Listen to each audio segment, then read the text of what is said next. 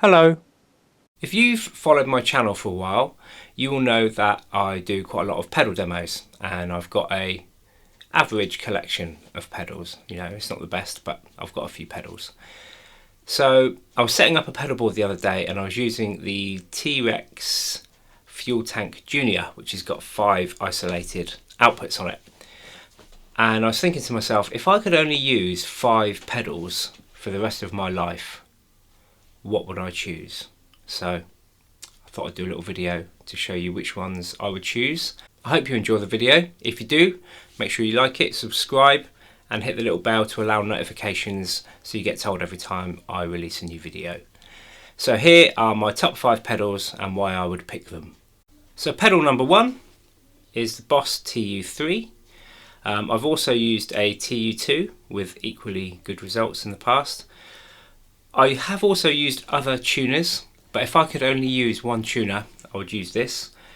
Mainly because Boss pedals are pretty much indestructible. I think if I put this into a bucket filled with nails and bullets and threw it down the stairs, it would still work when I picked it out of the bucket. And also, it has a buffer in it, so if you're using a lot of cable, it will help to buffer your signal back up. So that would be pedal number 1. Pedal number 2 would be the Visual Sound Jekyll and Hyde. I do have the newer version, the True Tone Jekyll and Hyde, which is version 3, but there's something about the older one which I love. So the things that I love about this are the fact that it has a tube screamer and a distortion. So I can use it as a drive and a distortion, or I can set the tube screamer side up to boost a dirty amp. So if I was using a clean amp or a single channel amp, I'd use it as a drive and a distortion. If I was using an amp with a dirty channel, I would use it as a booster and a distortion to give me a different flavour if I'm using the clean channel. So I will show you this in a minute and how I would use that.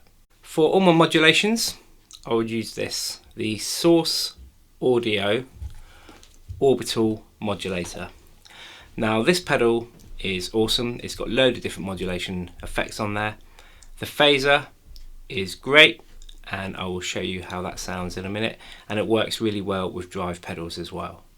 So when I was thinking about the 5 pedals that I would use if I could only pick 5 for the rest of my life, I had to think of a little board that I could use in a function band and a board I could use in a metal band. So the Visual Sound Jekyll and Hyde, I could use that in a function band to give me a bit of overdrive and distortion. I could use it in a metal band to boost the front end of a distorted amp. So the other thing that I would need in a metal band would be a noise gate. So I would choose the ISP Decimator. It's probably my favourite noise gate pedal that I've ever used. So we'll have a look at that as well in a second. And last but not least, I would want a delay pedal on there. So I prefer analog delay to digital delay because it's a slightly dirtier sound and slightly warmer. I was torn between the MXR carbon copy and the Boss Waza delay. The reason I chose this one is, having used the carbon copy quite a lot, it does seem to add a little bit of brightness to the overall tone, which I don't want. I just want something that's clean and just gives you the delay.